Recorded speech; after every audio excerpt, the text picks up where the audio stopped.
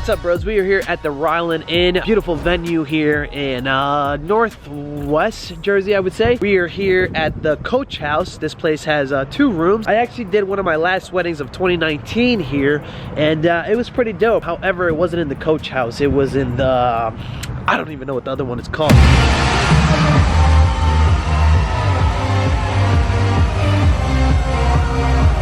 Very rustic looking spot. Look at this horse right here. How dope is that?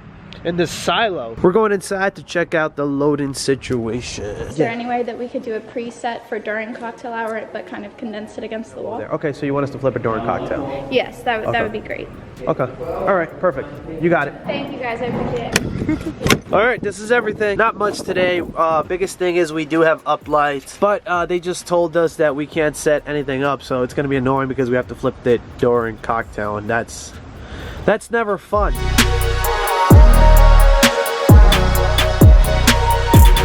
All right, we just finished kind of setting up. It's a bit of a weird one because both cocktail and reception we can't fully set up. So photo booth won't be able to be set up until after cocktail is done because it's going to be in the cocktail room, which means 2 things. Photo booth is going to open a little bit late. We're going to set everything up so that we just have to move it back into place, but we can't really have it set up during cocktail because the cocktail room is kind of small. And then once ceremony starts, we're going to have to flip the room. By the way, this is the room right here that we're going to be in. We are going to move between those 2 pillars right back there.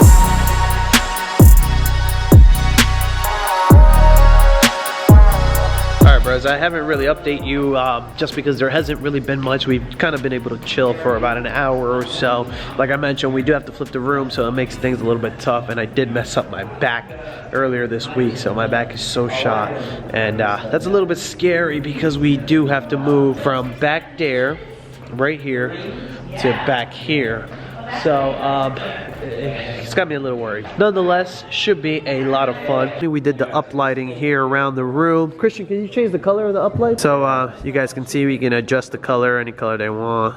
Not UV. You can pretty much pick any color. So like if you do red and blue, yeah, you get purple. Check it out, we have the Airstream DMX. I got my color spectrum here. You guys can see the uplighting here.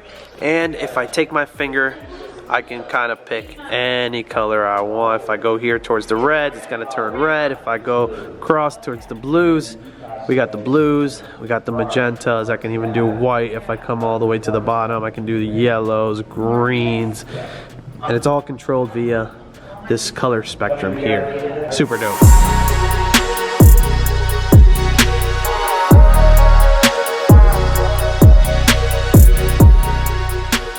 And now, by the power vested in me, it is my honor and delight to declare you married.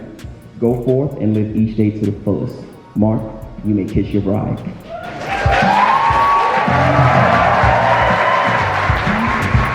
Ceremony just ended. We're now about to flip the room.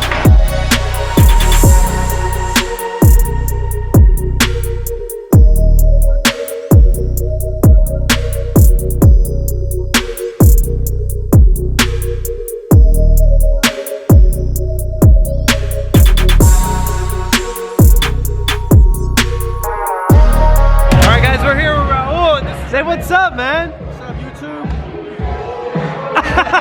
I don't know what to say.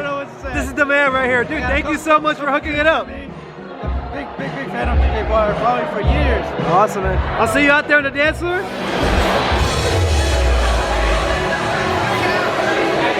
All right, ladies and gentlemen, good evening and welcome to the beautiful Coach House here at the Ryland Inn for our celebration this evening. Tonight, of course, is celebration of Bridget and Mark's wedding. Let me hear you make some noise for your newlyweds tonight. Ladies and gentlemen, it gives me great pleasure to introduce to you tonight your brand new Mr. and Mrs. Rio.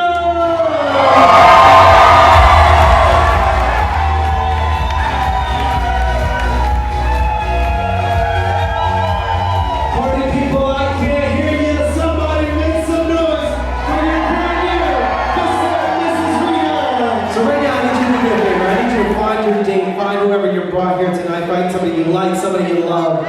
And for this very next song, I need you to escort them out here to the dance floor. So right now, find your dance partners. We'd like to dedicate this very next song to all the couples who are joining us here tonight.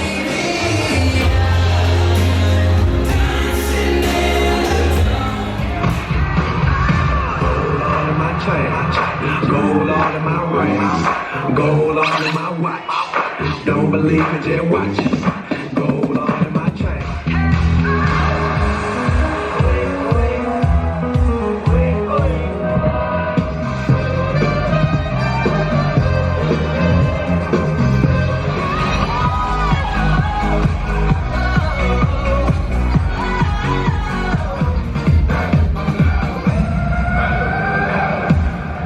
Pretty people, if you're having a good time out there, let me hear you one more time. Make some noise for your newlyweds out there. All right, friends and family, at this time, I'm kind of going to ask that you make your way to your seats as we prepare for our toast.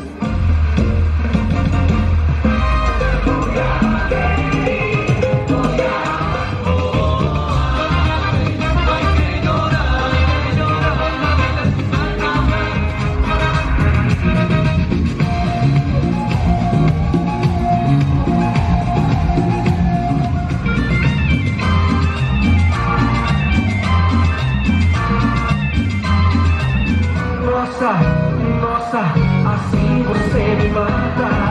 Ai, se eu te pego, ai, se eu te pego. Ai, bate o pé, bate o pé, bate o pé. Ai, bate o pé, passa assim como eu. Ai, bate o pé, bate o pé, bate o pé.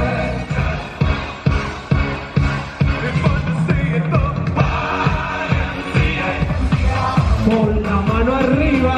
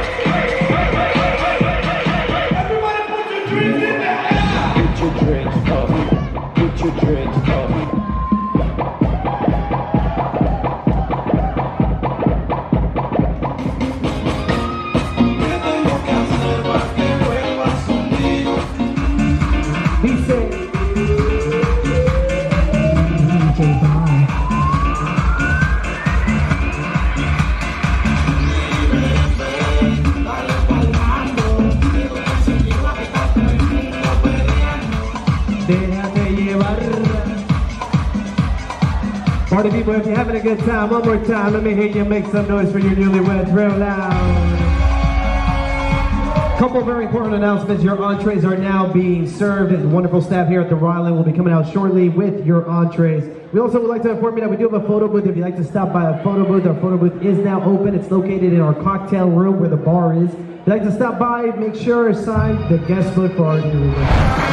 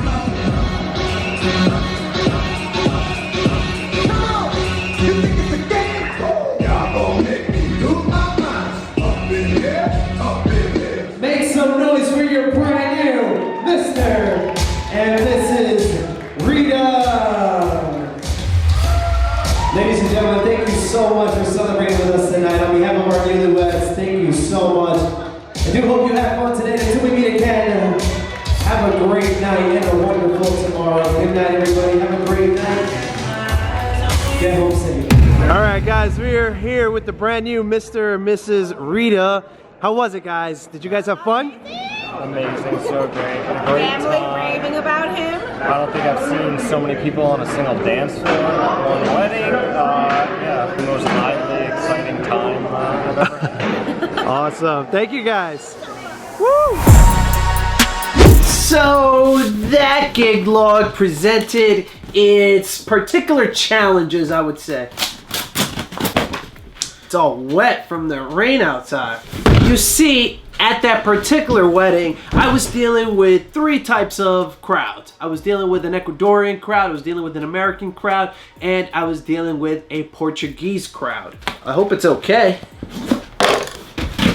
And whenever I'm dealing with a wedding of that nature, it's always a bit tough because I never know where to go first. You could really dig yourself into a hole if you don't do your music programming properly. And something that made this particularly challenging was the fact that I had multiple dance sets as opposed to my usual 3. With this one, I had to do, I believe, 4 or 5 sets. There was a pre-toast, pre-first course dance set, and then there was a second dance set following the toast, and then there was a third dance set following dinner. So it really made things a little bit tricky, but I was able to manage. So the approach I took at this particular wedding was the following. I tackled the American crowd first, so I hit him with that traditional Bruno Mars Uptown Funk, and then I did a little bit of Motown. During the second dance set, I went a little bit more ethnic. I started hitting them with some mainstream Latin to cover the Ecuadorian side,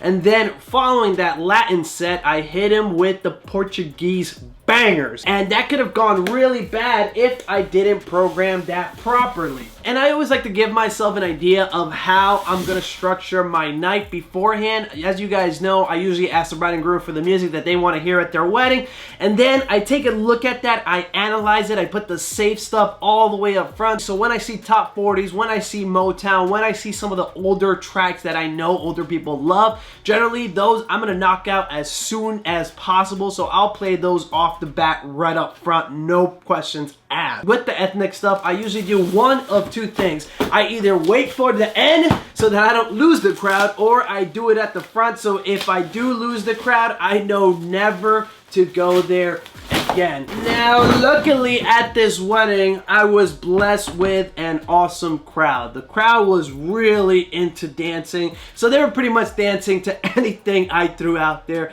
But like I said, it can be challenging when you're dealing with multicultural weddings like this one. I'd love to hear what you guys thought of this particular wedding down in the comments below. Let me know how you guys deal with your music programming. How do you guys approach it? Do you guys like to do the ethnic stuff peak hour first up front, or do you like to do it all towards the end? I'd love to hear how you guys deal with that. I do hope you guys enjoyed this quarantine gig log. If you did and you really want to help me out and continue to support the channel so that I can keep making more videos like this one, I highly recommend that you guys like this video if you like this, subscribe if you're new around here, and if you really want to help me out, don't forget to turn on that bell so that you can be notified next time we do another gig log just like this one. Stay safe out there, bros, and I'll see y'all in my next video. Peace!